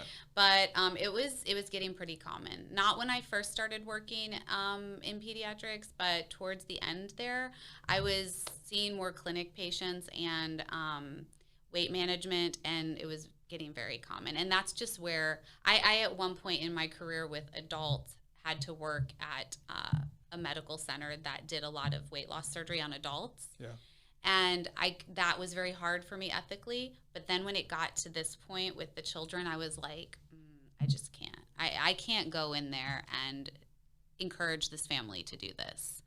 And can you highlight some of the dangers, or at least the very high risk factors? I mean, we know danger. I mean, surgery. If we're not even going to get into barbaric. I mean, let's think about this for a second, Dr. Pearlman. No, please, yeah. It's so barbaric. Like, I really hope, like, 150 years from now, medicine is so different, the way we practice it, that when we look back on these times and slicing people open and, like, doing this crazy, like, gastric surgery, or even plastic surgery, all the crap we do to our bodies to look a certain way. I hope we can look back on all of it and be like, that is one of the most barbaric things. What was that civilization thinking? Like, why were they doing that, Because it's crazy. And so risks to weight loss surgery, I mean. How about this? More like common, like, the side effects like the B12, malabsorption, magnesium, those kinds of things? Yes. Can, like, somebody, like, come back from that other than the heavy supplements? No, because the absorption's always messed up. Yeah. So, I mean, come back from it to a certain degree, yes, but the absorption is the problem, right? Because we can take all the supplements, we can eat all the good food. If you're not absorbing it, which that's really what needs to be checked more by doctors than where your levels are. Like, okay, how is your absorption, right? But I have personal experience with friends that have had gastric surgeries, procedures, and then of course working with the adults, absorption is always decreased. I can literally look at a person on the street and tell you if they've had surgery, because I can look at their skin, I can look at their hair, I can look at their teeth, and I can pretty much guess, oh yeah, they've had some sort of gastric bypass. Wow. I can also look at the way their skin lays basically on them, because so if it's someone that's had a substantial amount of weight loss, like 100 pounds or more, when they lose weight with gastric surgeries, their skin has no tone to it anymore, because they've literally lost all muscle, all protein. Their body's eaten their protein basically, okay? Because they were put into starvation. So that's another like really big factor that people don't realize with weight loss is the scale is only getting you so far. Like this, I hate making people weigh or doing any of that. Because when you're losing weight, like that HCG diet that people did and they lost tons of weight in like a short period of time, you're losing muscle. If you're not keeping up on a good like exercise regimen plus having a good balance of your micro and macronutrients, you're losing muscle. So think about someone on gastric, they can only take in 1 to 2 ounces of pureed food every couple hours, 2 or 3 hours, for like a long time after the surgery. Right. They are literally, their body's eating their muscle. So yeah, oh, I lost 10 pounds this week. No, you lost 10 pounds of muscle, but cool. I've lost 100 pounds. Yeah, you pretty much lost probably 80 pounds of muscle. Yeah. That's good. And that's why their skin has the, it's very lax, I guess. And it's very hard for them to come back from that, no matter how much they work out and go to the gym, because of the way they lost the weight. Gotcha. Understood. Mm-hmm. Yeah. Is there something called like the thermic effect of food? Or is it like in terms of grams of protein for muscle? Excuse me. How many calories it takes to process food? Yes. And why that's so important rather than starving out? Yes. And that's why, like, have you ever heard celery is technically like a negative calorie food? Yeah. Yeah, because you actually burn more eating the celery than what you're taking in, right? That type of thing. But yeah, I mean, I can't imagine setting up a child for a lifetime of malabsorption, of all of these issues. I mean, GI issues, death. I mean, honestly, I saw lots of people come in for revisions and then die. We're dealing with, you are messing with your second brain, right? Our gut. Ooh, the first brain. Messing with the first brain. Yes, right? So you're messing with your brain, technically. So if people don't think that messing with that area is going to send it up here, and mess with that, they're wrong. Depression is a real thing after surgeries like this, partly because of the malnourishment, and then partly because of that connection, that gut-brain axis. So, no, I'm just going to say no on every level. No, no. Wow. And that's the thing. Like, we could go. I'm sure I could ask you a bazillion stories. What actually? Do you, if you want to, and if not, so just say pass. Are there a particular story that maybe this like really sticks out? That was like a situation where you had to like stand up for your patient, piss off a doctor, you know, get them out of there, save their life. I can't say it on here. Okay. Because, yeah, but I could tell you personally. Yeah. Okay. Oh, yeah. Right. And that's part of it. Yeah. I got you. Yeah. Okay. Yeah. Well, what else we got? I mean. So for your labs, yes. I know, like Russ Powell did a good job explaining the cholesterol. Yes. So we don't have to do any of that. Your vitamin D is amazing. It's 62. I've never seen a high vitamin D like that. Vitamin B12 is great, which is great, which is one of the things with vegans. It's usually like tanks, right? So yours is great. Folic acid's great. Magnesium is great. I love that they tested your magnesium. People don't realize how important it is. It is literally responsible for like more than 300 functions in the body. And you know, when we stress, right? When we stress, we literally deplete our magnesium. So I feel like everybody should be on magnesium, period, because who's not stressing at some point, right? And when we talk about like taxed adrenals, taxing, or, you know, this concept of the adrenals not being able to do what they're supposed to do, we get into that deficiency of electrolytes, i.e. magnesium, potassium, sodium, all these things. Yes, exactly. The other one that I actually didn't know, I didn't see on here if you got tested for, was your C-Reactive Protein. Did I see that on here? Yeah, it's hiding at the top of a page with a CRP highlighted, or at least it should be. It's up there. It's like a 0.3. Was it okay? Oh, there it is. Yes, I see it. Okay. It's interesting because I thought that like the milligrams over deciliter or milligrams over liter or gram over liter, the way that it's notated milligrams there. Over liter, However that's notated seemed counterintuitive based off what I found online, though I'm sure it's within normal limits based on everything. Yeah, and that's really good because that's your inflammation, right? Your big inflammation marker. So that's awesome. So that's telling us, even though you have, again, that blood sugar thing, I mean, in the grand scheme of all of this, I'd like that to come down. Like if you were my patient, right? I'd like that blood sugar to come down and the A1C. But when I look at all of the rest of it, especially the fact that your C-reactive is within normal range, I wouldn't be like overly concerned. If that were high, plus your blood sugar was high, you know what I mean? Then we would have like a whole different picture. Okay.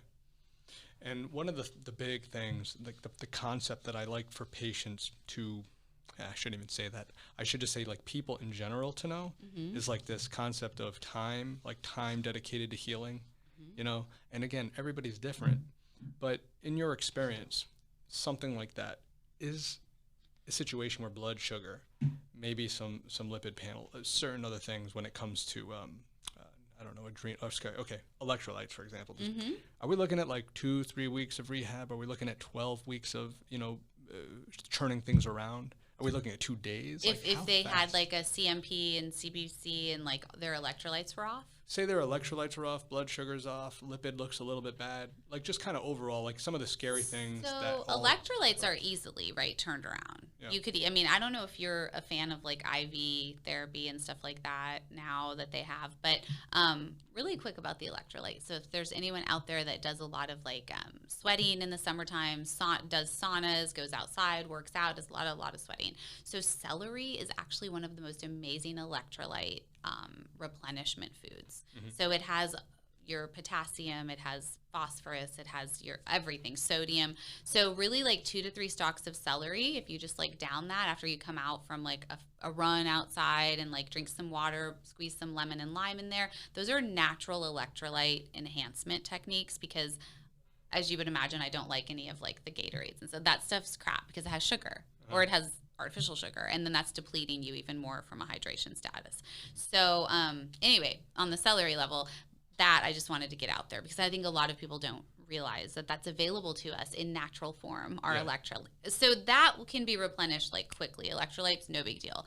Your like the cholesterol and things like that, I usually have people follow a regimen for a good 2 to 3 months before we retest them to kind of see that turnaround, because it's not going to be as quick. I mean, they may feel better, like if they're having, let's say, blood pressure, and like we put them on a certain plan, and all of a sudden they're like, oh, I'm feeling better. But really, those lab markers take a longer amount of time. Okay, fair enough. Yeah. And then something that you just talked about with the celery, I realized we haven't even touched on food pairings. and I guess like we don't have to like dive deep, because when we're talking food pairing, we're obviously not talking about going to the Italian restaurant and getting a Pinot Noir Chianti with like, our meatballs. We could talk about that too, though. That's good. But why somebody, like for me, right? Me as an example, if I have fish, salmon, nice fresh Atlantic salmon, whatever, some vegetables, all cooked up, it's great. And then, God forbid if I have a piece of fruit or a grape, or even in my experience, like tea with a little heavy cream or something. And it's like, if that's even in that window, forget about it. What happened? Bloating and gas galore, and it just turns into a nightmare. And you know why? Why? Do you know why? Well, I mean, I'm thinking something's wrong with my gut microbes or whatever. But. No. So, and this is an interesting topic, 'cause this is what I really like to touch on with people. I think I did a post on this on Instagram recently. So many people think they have an intolerance to foods, when it's really not an intolerance to that food. It's how they're pairing it. Right? So fruit, this is just like a little giveaway that most people know, should be eaten by itself. Okay? Fructose sugar, when it is eaten with protein or fat, will actually, or even a starch, like a starchy veggie, right, will actually ferment in the gut and cause gas, cause bloating. For some people, it can cause them to have to run to the bathroom. Okay? There's like a myriad of issues that can come from that. So my standard with every client, I don't have a whole lot of standard things I do, but I have a lemon water regimen in the morning, I have an herbal tea regimen at night, and then I have their fruit. And when I do that, it's always in the morning on an empty stomach. After lemon water, you have your fruit. Nothing else with it, just fruit. It literally acts as an internal cleanser in the morning, and with that lemon water, so the lemon water like primes the gut basically for permeability, and then you eat that fruit and it's still kind of cleansing the body. Our body is detoxing through the night. That's why sleep is so important. It's rejuvenating, regenerating. We are still in detox mode until about 11 o'clock. This is based on Ayurvedic principles, which I really love. Ayurvedic, I don't know if you're familiar with that. I am not familiar, no. So it's comes from India basically, but they work with like seasonal, like eating seasonally, and like how the body, like the cycle of the body and how to eat based on that, and then your doshas and things like that. But anyway, we're still kind of detoxing until 11 a.m. So everything we're doing in the morning should still be light. Okay. So it's so crazy.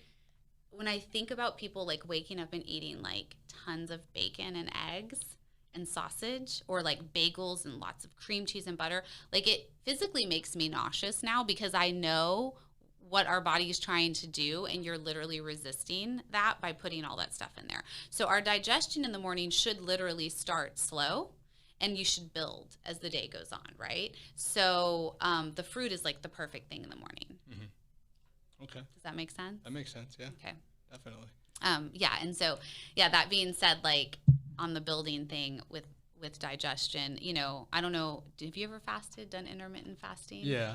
Okay. Yeah, I used to talk a lot about that on my channel, just because what I realized is it was building an unhealthy relationship with food, at least for me. Okay. And I think that people that do intermittent fast, I think they need to have a very healthy relationship with food. They do. I recently have a new client that came to me, and he had gotten a diet off of Instagram from someone. And he had been doing it for 5 days before he came to me, and it was literally... So he stopped, ate dinner at 6 or 7, woke up the next morning, didn't eat anything, just drank water until noon. And at noon, he would have one sweet potato. And then at like 3, he'd have fruit. And then at like 6, he would have a keto meal for his dinner. Like basically lots of meat and some vegetables, right? At the time, he was most insulin resistant, eat the most fat and most amount of food. Yeah. So But the thing is, how crazy, like the moment I looked at it, I was like, okay, this is interesting. I wonder where this was based off of. Like, I'd like to talk to that person that made this meal plan. Like, why?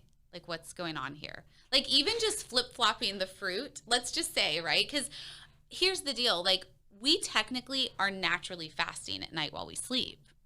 I mean, we're sleeping. We're not eating, hopefully. We're not getting up and going. That's like a whole nother thing, right? People that do that. But we're naturally fasting. So we're naturally on an 8, 9, 10-hour fast. I don't think it's bad to wake up and not eat right away. That's fine. You know, I'm not like completely like against fasting. I think fasting has its benefits. I prefer picking like one day out of the week to do a 24 to 36 hour fast where it's literally just water and herbal tea and it gives your body a reset. I think that can be super beneficial, more so than a daily like intermittent type of schedule, especially for women. Women's hormones don't do as well on intermittent fasting as men. Men can get away with it a lot more than women can. Okay. And is there one particular hormonal thing to point out, like something that people could take away from that? Just like, okay, think about the way like we menstruate. We're on a 28-day, 30-day cycle. That's the way our body runs, and men are on literally a 24-hour cycle. So just look at like how it's going to affect your hormones from that level. Cortisol in women tends to go up with fasting because our body is naturally made to hold more fat, right? We have babies, or our body thinks it's going to have babies, right? So it knows that it needs that, and so it just kind of sends it into like a tizzy. Okay, yeah. Understood. Yeah. And really, I mean, I've cited before, I am with you. There is a lot of reasons to do time restricted feeding. There are a lot of great reasons, autophagy reasons huge. To do a prolonged fast, which I've done many times in the last few years. However, I think that if you're relatively healthy, and especially the people that end up doing a lot of this fasting, now here we go, this turned on my brain, the people that really are listening to this that might apply some of these techniques or rituals, they are also the ones exercising regularly, and they're the ones that actually do not need to fast so much, and they are on some level starving and wasting muscle. Oh my gosh, thank you for bringing that up. So I personally fast for 24 hours 1 day a week, and I do a water herbal tea fast, and I usually pick a day. Obviously, always pick a day. I'm not going to work out. I pick a day that I can be kind of calm. I'm not going to pick a stressful day. I'm not going to pick a day I do a podcast with Dr. Pearlman because I was stressed, right? So like that's the other part of nutrition that I feel like it's kind of my niche, and I feel like it's sort of what I have to offer that maybe other people don't, is I take into account the person's social life, their work life. I take into account all of it because I'm not going to build menus for these people that are never going to cook and have them meal prepping for 3 hours. That's not going to work for them, right? But even when it comes to just like their fasting day, like on a fasting day, you take it easy. You do self-care on that day. That's the day you just stretch. That's the day maybe you have time to just go lay in the sun and get some vitamin D, take an Epsom salt bath, dry brush. Like those are days of self-care. And I think we really need to normalize, like you were saying earlier, this busy, crazy lifestyle. That's what I was going to say that I lost track of earlier. Yeah. Waking up every morning, not living in the hamster wheel, which look, there's nothing wrong. We all have to do it to some degree, but if you can get to a point in your life where you can look at your schedule, look at your career, look at what you're doing and be like, you know what, I'm not gonna jam a million things into my day, and I'm not going to work myself into oblivion where I'm not taking vacations. I'm not having a self-care day. Like those are so important, that all of that plays into this whole thing. They all go together, right? Like, and even more to elaborate on that, right? Like to wake up thinking about it. It's like when we go for our phones first, forget even the news feed. Right. Just scrolling, mindless scrolling. Like for me, it's like, who do I have at 10? Who do I have it for? Like it shouldn't be like that. It just go with the flow. Wake up, lay in bed for like 5 minutes, staring at the ceiling, taking some breaths in and out. Do like I'm grateful today for these 5 things. Like set your day up, right? Like set it up. Don't worry about all of that. It's all going to come anyway, right? We don't need to rush there. So yeah, big proponent on just everyone needs to chill the fuck out, is what needs to happen. And I feel like if 2020 didn't show us that, like, I don't know what else wake-up call we all needed. Yeah, and I'm with you. I always say 2020, if it taught us nothing, we really need to be mindful about like eating anti-inflammatory, like i.e. coronavirus, like pro-inflammatory, cytokine storm, blood clot city. Wait, you mean you're not an advocate of Krispy Kreme giving away a donut for a year if you got vaccinated? Or wait, McDonald's, like now their little collaboration with the CDC, you're not a proponent of that? Oh, that's right. On my podcast, we know that Cheerios and Kellogg's and all these other brands, they're pretty much evil. I mean, it is what it is. They're the problem. People are going to hate us on this, but that's okay. No, they're gonna love us. Otherwise, they won't listen. If they made it this far in, I'm going to make it. No, you know what I'll do? I'll put out a snippet. That's like, hey, Krispy Kreme, way to add to the problem. And, Cheerios, part of a heart-healthy breakfast. Part of a fast way to get diabetes. I mean, yeah. So all of that, yes. Okay. Yes. Well, why don't we, you got to know, okay, breath work. Mm-hmm. Tell me about this breath work. You're going to do some of it with me? Yes, okay. I am, yeah. So I'm gonna turn very red. I like literally can't stop smiling when I talk about it because I'm obsessed. Well, do you know anything, first of all, about breath work? I know chakra comes from some kind of yoga, and I think it means tail or core. I still need to get you and your wife, to do this. Yes, I know. This is a big deal. We could actually do, a YouTube on it or something. That would be kind of fun. I definitely want to.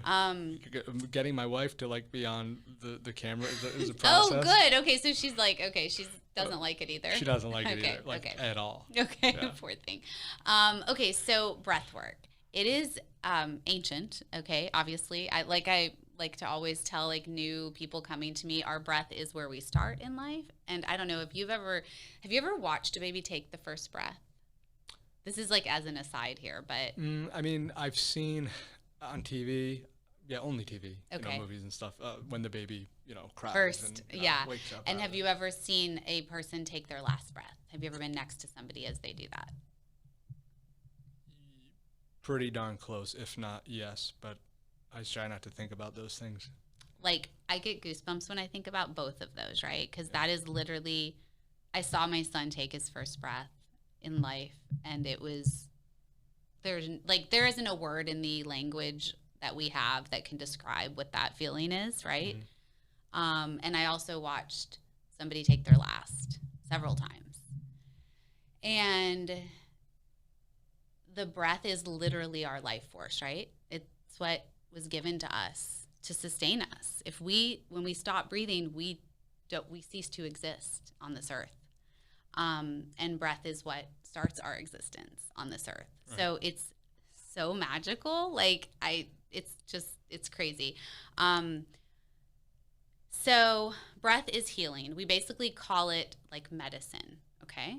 So a lot of times, during a breathwork session, I refer to, I say, let the breath just kind of go where it needs to in the body, because the breath knows, it's innately intelligent, and it knows where it needs to go. It knows, on a cellular level, when we breathe and we do conscious, meditative breath work, literally goes down to our cells, right? So we've all heard of that.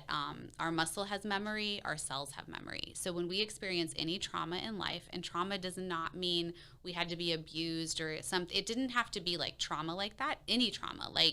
We said something to our mom when we were little, and our mom rolled her eyes at us and walked away. That can be trauma, right? Because that's that first, when we're learning about the world and we're figuring things out and how people react and things like that. There's a lot of those traumas that happen to us as kids. And so that kind of sets up our template. And then all of this super trendy, self-help, work that people are doing, we're generally trying to erase those templates, right? Oh, I'm codependent. Oh, I'm this. Oh, I'm to this. I'm needy. We're trying to erase those and come off of those. And thinking through those, it's never going to work, right? But breath work magically goes in and just rewires, okay? So it literally works on the amygdala in the brain. The amygdala is the center where we have our emotions and our experiences where they meet. So imagine you're literally doing therapy on a trauma that happened to you when you were 5. And it's set you up for, maybe you have an addiction now. or it set you up for being super insecure or whatever, right? You're working on processing, opening it up, like I always say it's like going into a pond where things have been laying dormant for years and stirring it up. And in the stirring, it kind of sucks, right? Because you're like, oh, this is so scary, da da da. But then all of a sudden you get this like release. And when we do that in breath work, it isn't really scary. It's different for us, but our body will feel different things. So we might get tingly. My mouth gets like super duper, like kind of, we call it tetany, but it gets sort of tight and tingly. People, in their hands, their feet, sometimes it's their entire body tingles. But every person that I have facilitated a session with, when they come out of it and they open their eyes at the end, it's like they know now. It's like a knowing. It's like bringing your body back to something that we just forgot. We kind of like forgot we could do. And it's very magical. Like in their eyes, like you can see it, like, oh. So anyway, that's my sort of like spiel on breath work. Right. Well, and I am definitely eager to try your, how should we say, techniques. Mm-hmm. I personally do much more deep belly breathing, in through the nose, parasympathetic, out through the mouth. Yes. Trying not to be a mouth breather. And it has helped. It has helped quite a bit. And now, you got to take that to the next level. So you need to read. There's a book I'm actually reading. It's called Breath. It's just simple breath. It's by James Nestor. This fascinating man did years of research on breath work. Like, so you want to like geek out science-wise. So anyone that needs like the scientific thing behind breath work, he does all of it. Okay. Yeah. And he discovered going through like with athletes and things like this, all of the literal physiological things. Like he says we can reverse scoliosis with breath work. He says autoimmune diseases can be reversed. I mean, so think about like from a disease standpoint, all of that, let alone from an emotional standpoint, right? Yeah. But it's very, very intriguing. Like you'll have goosebumps in the first like 5 pages. You'll just be like, oh my God. It's so fascinating. And so, so from like that heavier emotional aspect, there's that. And then of course there's greater lung capacity as we practice breath work, right? So one of the things with COVID that like why it hits the elderly so severely is because our lung tissue, just like much of our tissue in our body, kind of becomes a little more like plasticized as we age, so it doesn't have as much expansion, right? Have you ever tried to like watch an elderly person take a deep breath in and out and how painful that looks? Well, just, sick elderly people, sick elderly person that's not in the best of health, right? It's very painful looking. They can't do it, right? Because of that tissue. So as we practice breath work, it actually keeps that tissue very elastic. So it's very good. It's actually, for people that are like into anti-aging stuff, it does that, right? Because it's literally fueling the body on such a cellular level that we're changing like DNA. Like we are literally changing our cellular biology with it. And just hearing you talk about it, again, like it's cueing me. It's cueing me. My environment and cues, as my mentor, Nikki Kirk, would say, environment and cues. Mm-hmm. So it's like, oh yeah, breath. Yeah, because exactly. When we are nervous, what do? We hold our breath. When we're scared, we hold our breath. Our breath gives us an indicator of our status, kind of, right? Where we are. Yeah. When we're super joyful and happy and like we take a deep breath in and out, it's usually we're in a like euphoric situation. Like tantric sex is all about breath work, like, right? That's a whole thing that I think Sting made popular like years ago. I thought it was the movie Go. You know the movie Go? No. It's like in the late 90s. Tantra, baby. Oh. My movie buffs are going to love that. Okay, I'm like the worst with movies. I know so many people that can quote like lines and I'm always like, I don't get it. I don't get it. I'm the line guy. That's awesome. I wish line for movies. My memory doesn't do that. Yeah. That's awesome. So I mean, it's literally for everyone. Even with my son, he's 9, and we do a lot of breathing when he's anxious. I can always tell when he's like, my stomach hurts, and it's not his stomach. And so I say, okay, let's talk about your emotions, and then let's do some breathing. And we do, and he like always rolls his eyes like he doesn't want to do it. We do some breathing, and he's like, fine. So this is an invaluable tool that we have to teach everybody, really. So would you like to do a few? Yeah. Okay. So with the meditative, you would be laying down, right? And it would be more of like a 30-minute, 45-hour-long session with me. And you kind of go into like a little bit of a different like wavelength on there, okay? With integrative, which is what I'm going to do with you right now, you can do this if you're sitting in your car, at work, at your desk. If you are at home, you just had a really frustrating fight with someone or words, just go do like a minute of integrative breath work. It will literally revitalize you. If you're feeling tired, lethargic, do some of that. So I'm going to give you some different patterns that you can do, some breathing patterns. So Halo Active is just a very like natural, it's more of like a natural breath pattern. It's an inhale through the nose, and then the exhale is just with an open mouth through the mouth. Okay, so yeah, like, yeah, did you hear that? So do you feel when you physically do the sigh? It's called tonation, and the reason for that is it really helps with the throat chakra, like kind of opening that up. But when you let out that sigh, I'm like always telling people scream. Like I'll be at home sometimes and just do a right? Like just like you have to get it out, like you're super frustrated. So those are good, that's a good sign. Just let it out. We're all like way too self-conscious about how we look and sound when we do stuff, right? Disclaimer, if you're in your car, make sure you're still paying attention to the road. Yes, I'm sorry. Don't just pay attention, but you can sitting at a light, right? Or something like that, or in traffic. Breath work's great for traffic when you're getting anxious and things like that. So Halo Active is just in through the nose, out through an open mouth, and you just kind of cycle it through and just keep that going. And that's usually where I start my sessions with people when we're on the floor, because it just starts to really relax the body. And so another thing I just want you to just consider right now, like close your eyes. And I just want you to start to just really feel into the body as you do that Halo Active breathing. So you're deep breathing in through the nose, and then you're breathing out through the mouth, okay? Now just keep that going as I talk.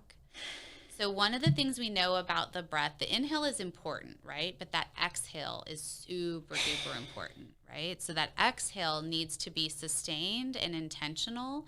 And if we can actually make that exhale longer than the inhale, that's actually really down regulating the system, right? So if our system is in that parasympathetic is in like fight or flight mode, when we take those inhales, but those really long exhales, and we extend that exhale out at the bottom. So when you think you're done exhaling, you keep going. That is literally taking our parasympathetic and just down regulating it. So I want you to just keep doing that with that focus as you're just sort of scanning the body, starting at the top of your head, just sort of letting just this gentle like wave of light flow down in between the eyes, down through the nose, the mouth. There you go. Just kind of feeling your body as you're breathing, seeing how different it feels than maybe before we started this practice. And just asking yourself as you're scanning the body where you're feeling any tension, any stress, maybe any denseness, and letting that breath just kind of go to those places. Good. So now just slowly open your eyes. So what does that feel like differently than when you started? Well, I definitely feel less tension on the left side of my lower back, where I have a lot of my tension most of the time. Okay. It was interesting because the first few breaths I was a little bit nauseous on the exhale. And once that regulated itself and I felt now much easier, obviously, other than I am more relaxed, I will admit that I was having the most problems, but this is because I'm very into my body. I was having trouble regulating the breathing through my stomach on the inhale through my nose and through the upper part of my chest. It was like trading off. Okay. And I was focusing, I was trying so hard to fill my belly, aka diaphragm, however we want to word it, rather than the top of my chest. Can you breathe in from the belly and let it flow up to the chest? Can you start, like those breathing things you do, like people do in the hospital for lung capacity? I always liken it to that, the way that little thing moves. Can you kind of like act like it's moving up and then out? Do you know what I mean? Like almost picture that, like picture maybe like a little light or something that just kind of comes up and out. Yeah. That's sort of a nice, but like your voice is very different when you opened your eyes, like just everything down regulates. And all we did was 30 seconds, dude. So imagine doing that for like 30 minutes. You're literally like so zen and like it's the craziest. Yeah, no, it's radical. It really is. It's audacious. It is. I am. Yes, I love that word. Like when I can get the cue. Like if I don't catch myself, and that's the beautiful part about working with somebody. When it comes to everybody needs somebody for something. Yes. Yes. And like, for you to like cue me and say, breathe. Oh my God, that just like totally changed my mental state here. Yep. So I'm gonna give you 2 more just for if you guys that are watching.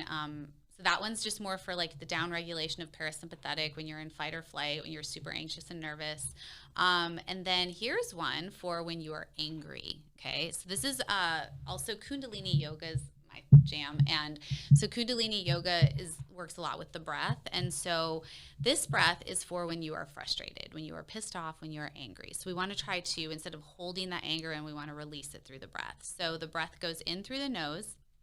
I'm going to show you it because it's very hard to explain, but in through the nose.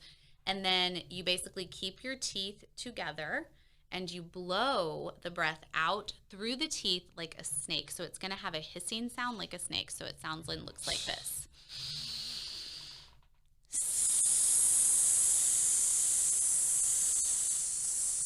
Okay, and I could keep going because I can breathe for a long time out, but just whatever's comfortable, you breathe it out. Yep. And then when you're done, you just breathe again through the nose.